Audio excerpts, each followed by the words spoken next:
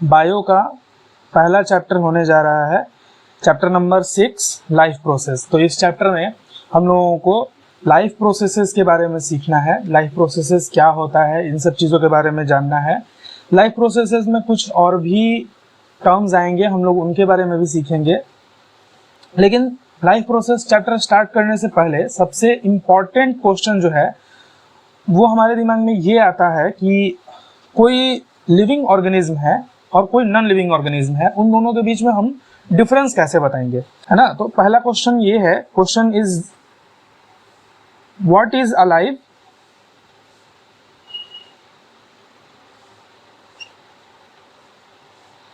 और what is not.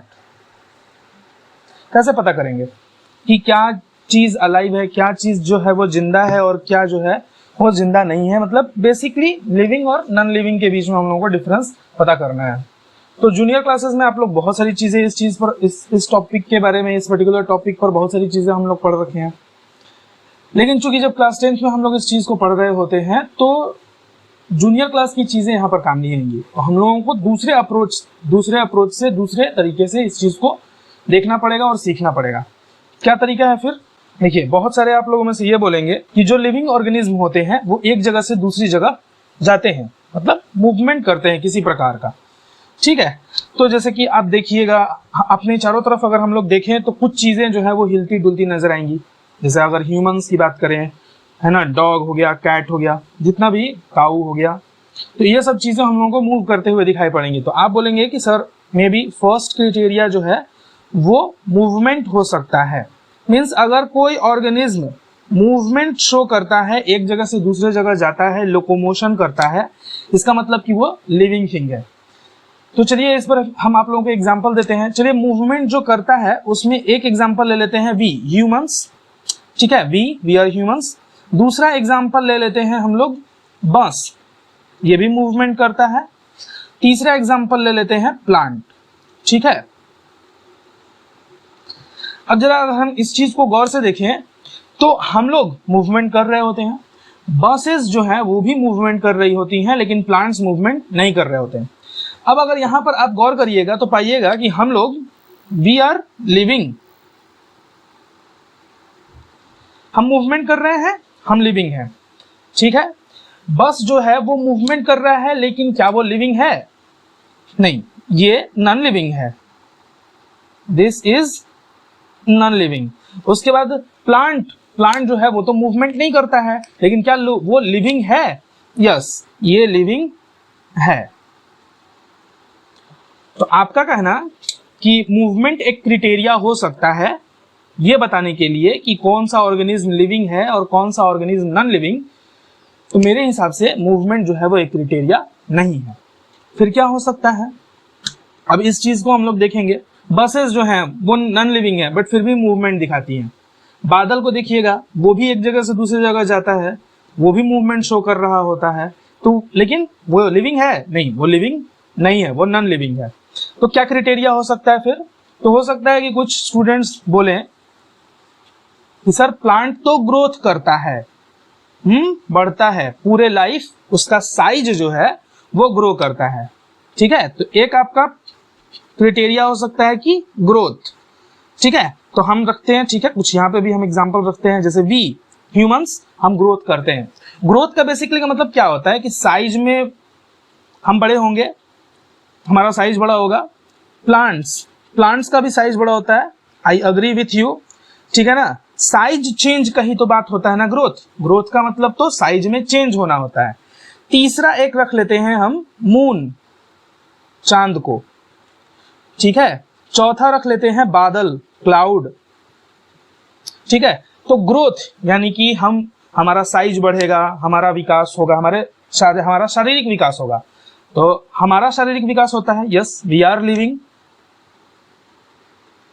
We are alive. Plants का भी शारीरिक विकास होता है, दे आर ऑल्सो अलाइव। लेकिन मून का साइज घटते बढ़ते देखे हो ना तुम लोग, पहले छोटा होता है, उसके बाद जाकर फिर बड़ा होने लग जाता है, वो आधे के साइज पे पहुंच जाता है, फिर वो पूरा गोल हो जाता है, फिर उसका साइज घटने लग जाता है।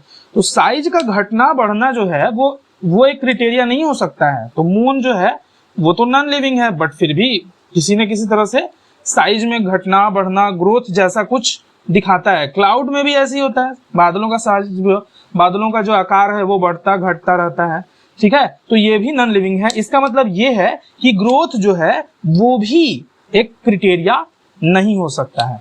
तो फिर क्या होगा? तो फिर किसको हम लोग इंपॉर्टेंट क्राइटेरिया कहेंगे कि वो लिविंग का एक इंपॉर्टेंट क्राइटेरिया है, ठीक है। चलिए देखते हैं, बातों को ज्यादा नहीं घुमाते हैं और मुद्दे पर डायरेक्ट आते हैं। तो जो मोस्ट इंपॉर्टेंट कैरेक्टर है, the most important character of a living being. आप में से बहुत सारे स्टूडेंट आगे चल करके 11th या 12th में बायो लेंगे, बहुत सारे जो है वो नीट का प्रिपरेशन करेंगे। तो ये चीज याद रखिएगा कि सबसे इंपॉर्टेंट कैरेक्टर जो है लिविंग बीइंग का वो क्या है? That is irritability. That is irritability. That means कि किसी ऑर्गेनिज्म को इरिटेबल होना पड़ेगा। इरिटेबल का मतलब क्या होता है? इरिटेबिलिटी का मतलब क्या होता है? इरिटेबिलिटी का मतलब होता है response to stimulus, response to stimulus. और स्टिम्युलस क्या होता है? तो स्टिम्युलस होता है चेंज इन सराउंडिंग। ये सराउंडिंग में चेंज किसी भी तरह का हो सकता है, ठीक है। जैसे हम लोग आयरन कर रहे हैं कपड़ा और इस्त्री को हम खड़ा करके रख देते हैं और अचानक से मेरा हाथ चला जाता है वहां पर और अचानक से हम अपना हाथ हटा लेते हैं। तो ये क्या हुआ? ये चेंज इन सराउंडिंग जैसे ही हुआ, मेरे हाथ को महसूस हुआ कि अरे ये तो चीज जो है वो गर्म है। मेरे हाथ पे उसको गर्मी का एहसास हुआ, स्टिमुलस मिला और मेरे दिमाग ने उसके अकॉर्डिंग रिएक्ट किया। दैट मीन्स कि ये मेरा दिमाग जो है, मेरा बॉडी जो है वो इरिटेबल है, वो स्टिमुलस के अकॉर्डिंग रेस्पॉन्स करता है। दैट मीन्स कि आई शो इरिटेबिलिटी। सबसे इंपॉर्टेंट कैरेक्टर है किसी भी ऑर्गेनिज्म का, ठीक है। एक तो हम छोटा सा आप लोगों को एग्जांपल दिए कि ये इरिटेबिलिटी का एग्जांपल है। स्टिमुलस का मतलब होता है चेंज इन सराउंडिंग। प्यास लगती है, क्या करते हैं? पानी पीते हैं, इरिटेबिलिटी है, रिस्पॉन्स दे रहे हैं ना स्टिमुलस के अकॉर्डिंग। भूख लगती है, खाना खाते हैं, रिस्पॉन्स कर रहे हैं। पसीना आता है क्योंकि गर्मी लग रही होती है, तो गर्मी लगती है तो हमारा बॉडी रिएक्ट कर रहा है, रिस्पॉन्स कर रहा है स्टिमुलस के अकॉर्डिंग, यानी कि इन्वायरमेंट में, सराउंडिंग में चेंज के अकॉर्डिंग ये रिस्पॉन्स कर रहा है। वहीं ठंडी लगती है तो कोट है, जैकेट है, ये पहन लेते हैं। तो ह्यूमन का तो एग्जाम्पल दिए जा रहे हैं। प्लांट्स का क्या एग्जाम्पल है? तो प्लांट में टच मी नॉट, इंग्लिश में उस प्लांट को बोलते हैं, पौधे को बोलते हैं, और हिंदी में उसको छुई मुई का पौधा कहा जाता है। उसको जैसे ही टच करते हैं तो उसके सारे पत्ते जो होते हैं वो सिकुड़ जाते हैं, यानी कि वो पौधा जो है वो भी इरिटेबिलिटी शो कर रहा है। आप देखे होंगे कि जब गर्मी का मौसम बहुत ज्यादा आ जाता है तो तुरंत ही पत्ते जो हैं वो झड़ जाते हैं, ये भी आप देखेंगे। तो ये जैसे गर्मी का मौसम बढ़ा, ट्रांसपीरेशन का रेट अब फास्टर होगा। ट्रांसपीरेशन का रेट जब फास्टर होने लगेगा, प्लांट वाटर का लॉस बहुत ज्यादा करेगा। इससे बचने के लिए प्लांट क्या कि प्लांट अपने सारे पत्ते जो हैं वो गिरा देगा, शेड कर देगा अपने लीव्स को, ठीक है। तो वो क्या किया? स्टिमुलस, गर्मी जो है स्टिमुलस, और प्लांट किया है उसके अकॉर्डिंग रिस्पॉन्स।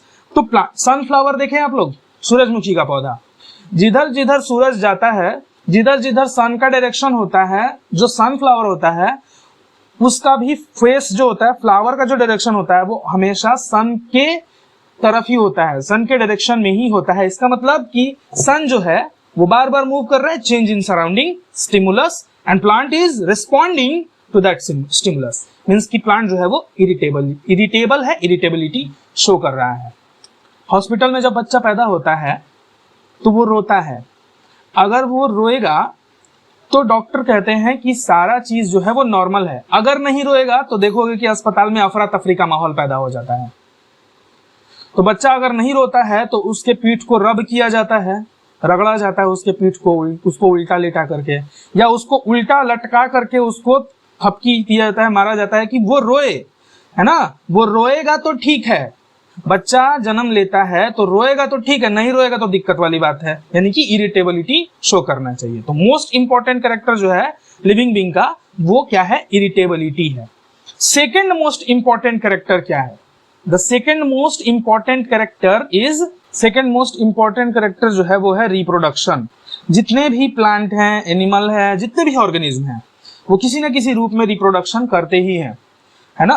ये लिविंग बॉडी का ही, लिविंग थिंग का ही एक कैरेक्टरिस्टिक है। नॉन लिविंग ये काम नहीं करते हैं। कलम कुर्सी, ये सब ये काम नहीं करता है। रिप्रोडक्शन का वर्क उनमें नहीं होता है, रिप्रोडक्शन का वर्क ऑलवेज लिविंग में ही होता है।